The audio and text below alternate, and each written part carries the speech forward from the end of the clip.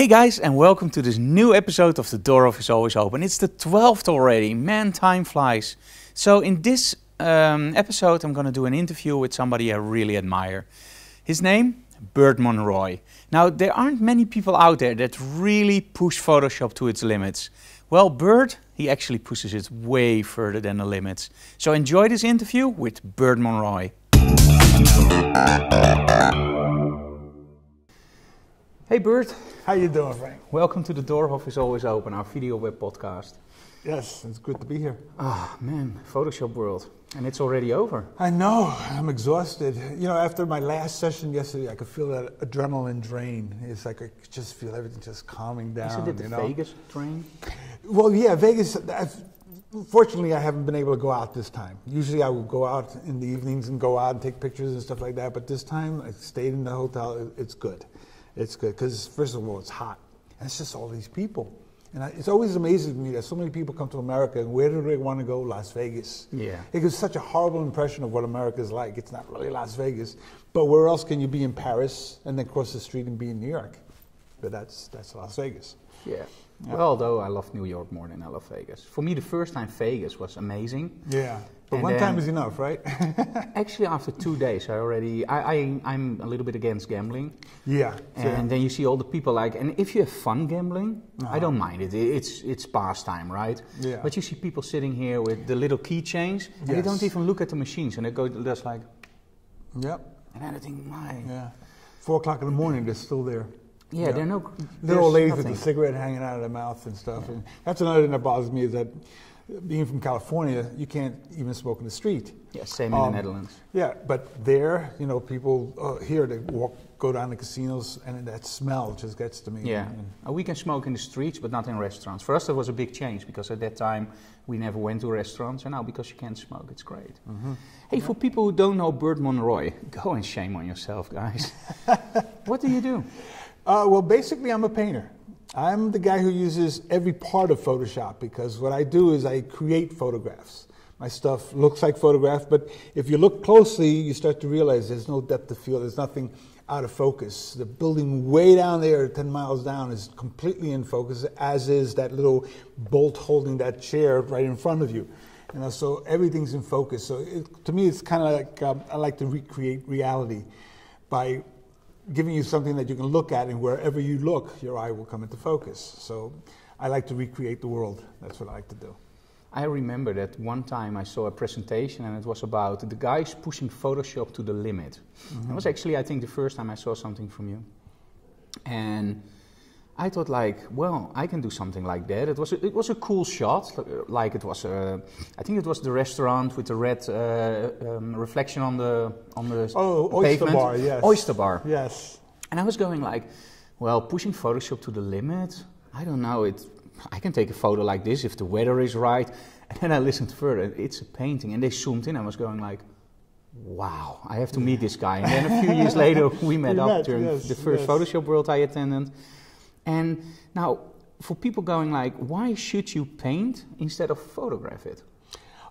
Because for me, it's not the destination, it's not the image itself, it's the process, it's that journey to the destination. For me, it's the challenge. How am I going to get that light to look like a light? How am I going to get that reflection to look real? That's the challenges. So for me, that's the joy. So it's not just, this is the picture that I want to do. It's how am I going to create that picture? And that's the challenge. And that's why I do it that way. Yeah, because some people will say, just take a picture and change some stuff around. And for me, it's also the creative part, because I am a photographer. Mm-hmm. And I still see stuff when I see a painting and I see him really, really cool, like Aaron does. Mm-hmm. It looks like amazing stuff. You go that's a real animal. And it's animated animals. Uh-huh. And some people just don't get that click. Like what you say, it's the journey through. Yeah. And I have the same thing when I start creating the more themed scenes with photography. Uh-huh. It's all about placing the model in exactly the right way, getting the smoke exactly right, getting the colors right. Mm-hmm. And for me, it's inspiration, but I take one shot. Right. And it's done. Now, how do you approach a painting, like, for example, Oyster Bar or New York, where you are looking into it, and I saw the images, and how do you get it that all the light is exactly right? Do you really think about that, or I do you just wing it? I really do think about it, and I never wing it. I always, I tell my students, I said, the best way to learn this stuff is to sit there and look. Go through life with your eyes open and study things. Don't guess at what that shadow should look like, because it might look good to you, but then when other people see it, it's going to look off because you're too close to it. So you study, how does that shadow work? Make a little model for yourself. I'll do that. If I want to see a shadow going up a staircase, like I showed this at a session today, I showed a little model that I made. I needed to create a shadow going up a staircase. I didn't have a staircase. So what I did is I took a piece of paper, I folded it into a little staircase, I put a stick in front of it, and I lit it. And I watched what happened to the shadow as it got further up and further away. So that way, when I created my shadow, I got it right. So what I do is I'm observant. Now, in my images, most of it is made up because... Yeah, I saw 6 Terry Whites in New York. Yes. There's only one, as far as I know. He's buying peanuts in one place, yeah. But all that stuff is made up, all the little card. I do have reference material, but then there's the details, the little rust in the corner, all that stuff. That's the stuff that I enjoy adding, because that's the stuff that makes it life. That's the stuff that nobody's going to look at. They're going to say, wow, what a nice car. But they're not going to look and see, look at this little scratch over here. I'll put a scratch there, because it just shows that that's a real thing. It's alive. It might not even be there. Like I did a painting. My last painting was a theater in Ventura, and this theater is very clean. It's beautiful. And well, I made it dirty. I put dirt in the corners, and I put a little dirt along the seams of the metal pieces and stuff. A little stain here in the neon, because I feel it gives it life. It gives it a place and time. But it's also cool. When I do a photograph, and sometimes, not all the time, I love it when people first look at the photograph and they see something and they go like, oh, I really like this photograph. And then maybe a year later, they look again at the photograph and they go like, oh, I never saw that reflection, that's cool. Yes. And even when I do street photography, and I think it's something I learned from Jay, find gesture. Find stuff that, you have to have a topic and a second topic. Yes. And now, of course, with the painting, you can do stuff like put a Coca-Cola can somewhere, but change the lettering a little bit, like it's from the 40s or from the 60s. Yes, I do a lot of that. In fact, in Times Square, which took 4 years to do, way down in the lower right-hand corner, if you look real close, and you have to get close, there's little cigarette butts and stuff in the side, but there's little tufts of grass growing from a little crack in the sidewalk. Just a little thing like that. And nobody's ever noticed, but growing up in New York City, yes, there are times like that where somehow nature found a little place to make a home. So I decided to put this little tuft of grass. And these are things that I can put in there, again, because it's giving life to something. It's just fun to be able to add these little details that somebody might never notice, but I feel that they are part of life, so I stick them in there. Now, every time Photoshop gets a new version, there's something that excites people. What did excite you about CC?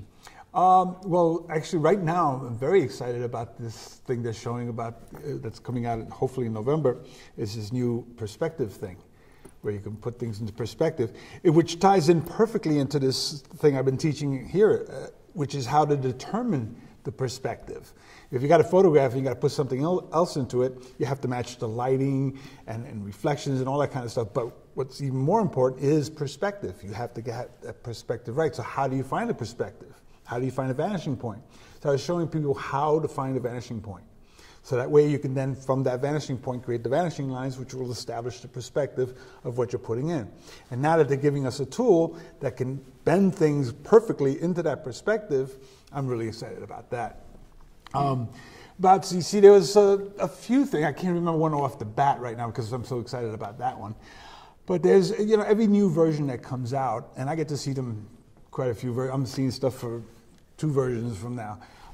In fact, I was working with Photoshop 2 years before Adobe knew it existed.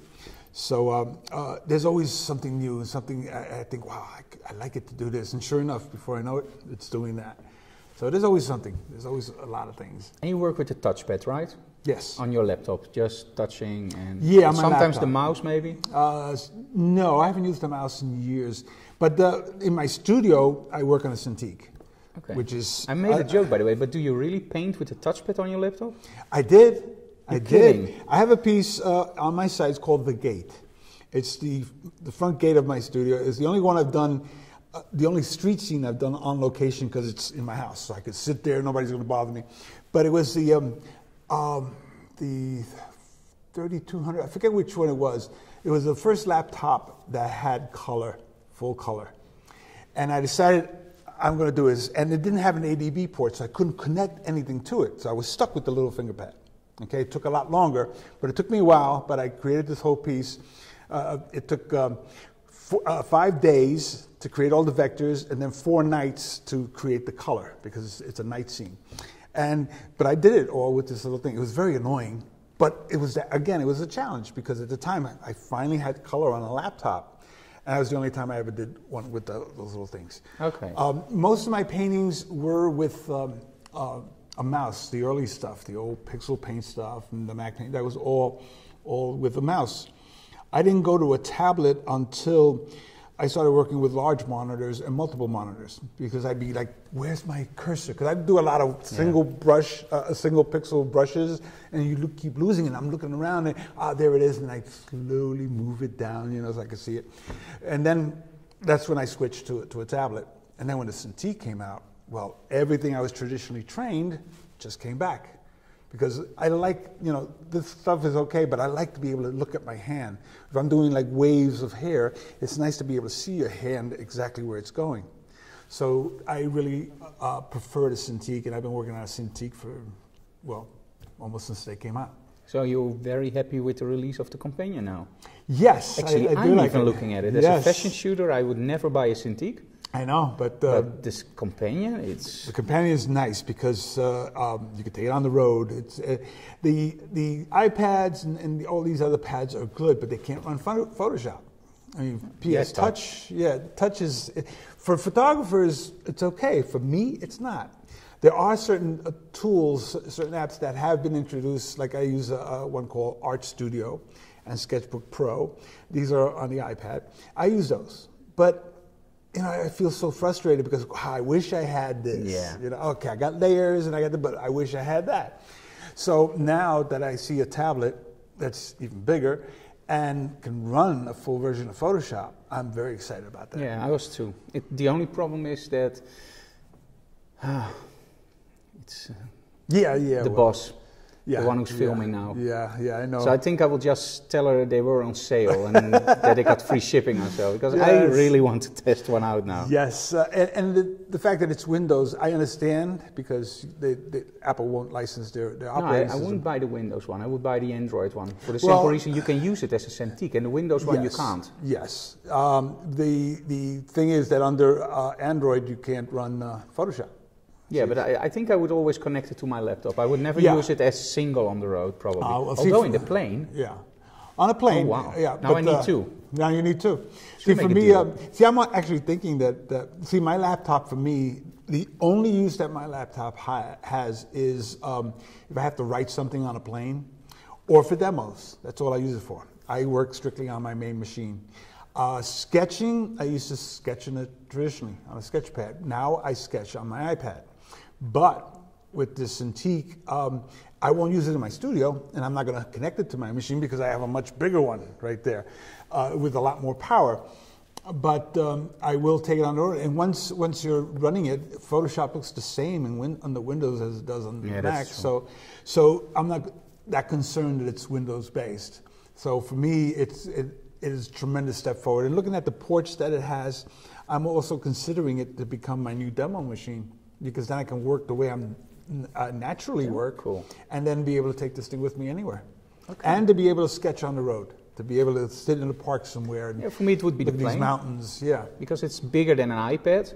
And my laptop, I don't, look at me, if I'm flying economy, right? I don't have any room for my laptop. My iPad is like, if I watch a movie on the plane, I go like, don't breathe. So the Companion looks really nice. But now, because it's a video web podcast, we always ask people, give us one killer Bert Monroy tip for people who wanted to start out with painting. Well, the first thing you got to do is convince yourself that you can do it. Because most people say, oh, I can't even draw a straight line. Well, shift key, you got a straight line, okay? So it's what you got to do is you got to want to do it. That's all. You just gotta. If you want to do it that bad, you can do it. And who cares if it's not great? It's not important. You're doing it for yourself. My stuff, I don't do it with, are they going to like this? If I wanted to do things for other people, then I'd be doing little fruit baskets and little flowers. Instead, I'm doing rusty old bar signs, you know, not something somebody wants over the couch, but I'm not doing them for them. I'm doing it because it's a challenge to me, and it's something I want to do. It's personal, so it makes me feel good to do what I do. So if they want to get into painting, it's because they have a little, a little desire in there. No, don't worry that it's not good enough. Don't worry that it's like not going to be at the Metropolitan Museum of Art or something. That's not important. What's important is how they feel after they do it. And if other people don't like it, who cares? Yeah. You didn't do it for them, you do it for yourself. And the fun part is if you do it like that. I started out with photography that way, and at first I loved the big shadows, and nobody liked them. And was going like, yeah, no, you have to flat light. And then I did, okay, I will do flat light. And I started doing it. I felt so unsatisfied with flat light. Yeah. And I said, you know what? I will do only shadows. And people hated it. And then over time, people started liking it, emulating it. Yeah, and then it was like, oh, you see, the big shadows are right. And ever since that happened, I said, you know what? I'm just going to do what I like. Yeah. And it's so much more liberating. Yes, exactly. I love shadows. I got a painting called Shadow Play. I got one called Bodega Shadows. Shadows are really important to me because I like strong contrasts of light. It's giving three-dimensionality. Without shadows, there's no three-dimensionality. Totally, and for me, that dimension is important also. So I love playing with shadows. Every painting I have, there's no flatness. Everything has a lot of shadows in it. Paint our area where we live. Trust me, it will have flatness. Well, okay, we have flatness. Well, the piece I'm working on now seems flat. It's a canal in Amsterdam, and it's foggy. I'm calling it Amsterdam Mist, and it's very foggy, so it's very flat. At least my photograph that I took that day when I was there on vacation, it's kind of flat. But the painting that I'm doing will have a lot more dimension. In fact, the way you view it is going to be very unusual. This is the first painting I'm actually doing that has to be seen on computer, because it makes more sense then. Because on my site, there's this company called Picture that allows you to zoom in to Times Square and Damon, which are two huge pieces I did. And you can get in real close, like in Times Square, there's all these people on the street where you can zoom in real close and see the reflections in their eyes. And that technology, I got together with these guys, and what I'm doing is that people like to zoom in because they like to see the detail, the fine detail. So on the next bridge down the street, there's a little antique shop. And I put all these things in the window, which in my photograph you can't even tell. I know it's an antique shop because knowing where I was, thanks to Google Earth, I was able to go down and do the street view, and I walked up and down the street. So what does that lantern look like so I can see it up close, so I can get the detail right. You could see the signs. Yeah, see the signs, exactly, which you translated one of them because they blurred things out. So now when you zoom in to see that detail, not only will you see the detail, you also zoom in through the fog. So that's cool. That's see all the layers. That's what these people are doing. And right now I've got it set up in the current state. I have it set up so that there are 5 fog layers between the bridge you're standing on and the next bridge. So as you zoom closer, you'll go through these fog layers. So when you get to that store, it's as if you're standing in front of it, no fog. It's right there in front of you. How did you do that? That's what these guys, I don't know how they're doing it, but that picture, those guys who did the zoom in online for Times Square and Damon, they're doing it. They haven't got it totally. But how can they take away your fog? Because you're actually... Because I'm creating it with multiple layers of fog. Multiple layers. There's so 5 layers of fog. Layers. Yeah, so they're going to take away the layers. Wow. It's added a lot of complexity for me because before, as I'm creating it's okay, but now I have to consider sections. Yeah. Okay, these 4 buildings are going to be within 1 layer with the 4 buildings on that side, but they're a little further down the street and so on. You would freak out if you ever by accident do flatten image and store? Oh, that would be bad. I have done that. I have done that, but you see, as I work, I quickly save quite a bit, and I do save to multiple places. So if I screw up one, I do have that backup over there. But that has happened once. But I'm really careful. I try to. It gets bad like it's 4 o'clock in the morning and I'm still working, and then you start getting a little fuzzy. Once I start make some stupid mistake, that's when I say, okay, time to go to sleep. We'll see. We'll tackle it in a few hours. But this will allow you to go through it. What's weird about it is that the wall along the side between the two bridges, I have to break it up. So I've developed these masks so that each section can blend into each other easily. And when you go through the fog, you won't see a transition. So you'll be going through this thing to get to the fog level. When will it be done? Well, it has to be done by spring. It has to be done by spring. And again, the other complexity that I added now is that in the photograph, as in the print, when you get to the other bridge beyond that, you just see the silhouettes of the trees beyond. Whereas now, when you get to the next bridge, you'll see buildings beyond. So I have to now create a whole bunch of detail, which I wasn't planning. But it's part of the fun. I think it's going to be important when people do those zooms to be able to see it. And right now, I'm calculating another 4 fog layers beyond the next bridge. But when you start out with, and this is a more technical question, it will probably blow my mind when you say it, but you have to start out with a blank canvas. Yes, yes. What resolution do you choose? I go, for standard size ones, I do 15 by 20 at 480 dpi. So they're 197 megabyte files flattened. That's how many pixels if you translate it back to a camera? I got to get my calculator, but it's quite a few. But you figure 15 by 20 inches. And why 15 by 20 is because when I worked traditionally, I would go to the art supply store and the Bainbridge boards were 15 by 20. Yeah. So I would buy a board and that's what I would work on, all right? So 15 by 20 became my whole life the size that I would work on.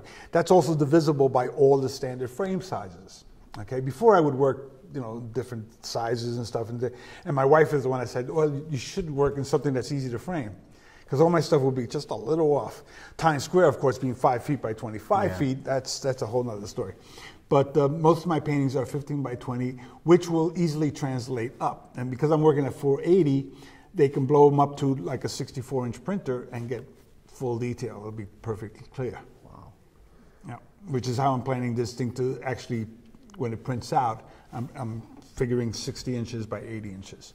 Wow. And where can people find you? Of course, BertMonroy.com? BertMonroy.com, that's the best place, yeah. Okay. Though if you do a search for me on YouTube, a lot of my lessons come up, because I have a lot of free lessons. And on my site, there is a link to a lot of my free lessons from when I used to do a show called Pixel Perfect. And there's a link to Pixel Playground, which is a weekly show I do now, which is free. Unfortunately, it's only free for a week. It's free till the next episode comes out.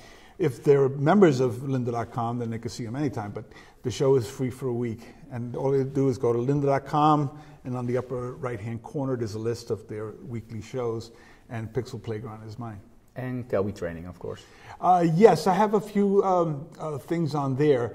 Most of my newer stuff is on lynda.com. In fact, the making of Times Square is on lynda.com, which is about 17 hours of training. Plus, I have a really popular series there called Dreamscapes. And what I do with Dreamscapes is I take bad vacation shots and turn them into really surreal images. Yeah, well, most people do. And I did one yesterday, which I just heard today, that last night it was a big topic, conversation or something, in which I do a ghost coming into this inn late at night. And what it is just... I took this picture of a alley with this beautiful arch in Rothenburg, Germany, and it's daytime and stuff. So what I do is I take away all the modern things from it, plumbing and pipes on the side and stuff, and then I turn it into nighttime. And then I go to this whole thing of in a separate layer of the same file. I duplicate the background and I brighten it up and make it orange, which is going to be the light coming from inside. Then by doing a mask, the light is spilling out from this archway onto the street. And then there's the ghost. And again, it's no big professional thing. It's me. I put a towel over my head. I put a bathrobe on. I put a towel in between, tied it with a rope. And I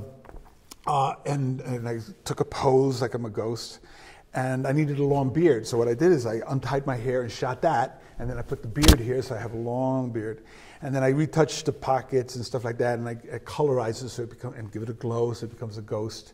And the whole thing is the play of light, because there's a lantern, and now that it's nighttime, I put a candle in there. So I went through all these steps to take 2 shots that are totally,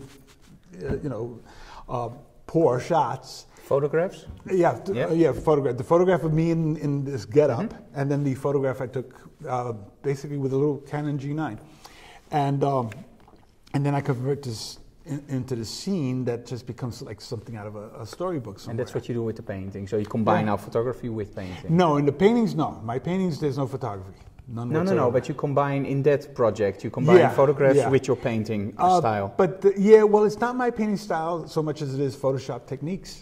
Because all I'm doing, like creating the candle, is just a path that goes like that. Okay. Right, and then I throw a little gradient in there, and then I put a little flame, which is a little 3 little colors, which I then smear with the smudge tool. Nothing that requires an artistic talent. All it requires is an imagination and knowledge of the program. Which is what those Dreamscapes are all about. It's, you got all this bad photography, and you got some idea, well, use it for something. Just manipulate it. Yeah, instead of letting it sit on your hard drive. Yes. Yeah, I have a shot of a castle. And what I want to do is I want this castle to be floating on this island in the sky. So what I did is I have this castle, and the castle is in the wintertime. And so what I did is another picture of trees. I took those trees and used them to bring the trees around the castle back to life by simply cloning the green back and forth. And I colorized the castle to make it look a little nicer. And then I took a dead plant and I took out the root ball and I shaved it into a nice little cone. And then I hung it and took a picture of it, right? And that became the piece underneath, so that this castle is just floating on top of this island. Pulled out of the yes, and it's that kind of stuff that if you can imagine it, there is a way of doing it. And that's what I tell everybody. If you can imagine creativity. If you can come up with the idea, there's a way of doing it in Photoshop. Cool. Photoshop can do anything. Anything. The imagination could be limited, but everybody has one. The cloud is the limit, right? The sky is the limit, I mean. The sky, yeah. Hey, Bert, thank you so very much. It's been a pleasure. It really cool is. Interview. And check out Bert's work online, and I will probably edit in some of the pictures from Bert. And again, thank you so very much. This was very good. Cool. Okay, cool.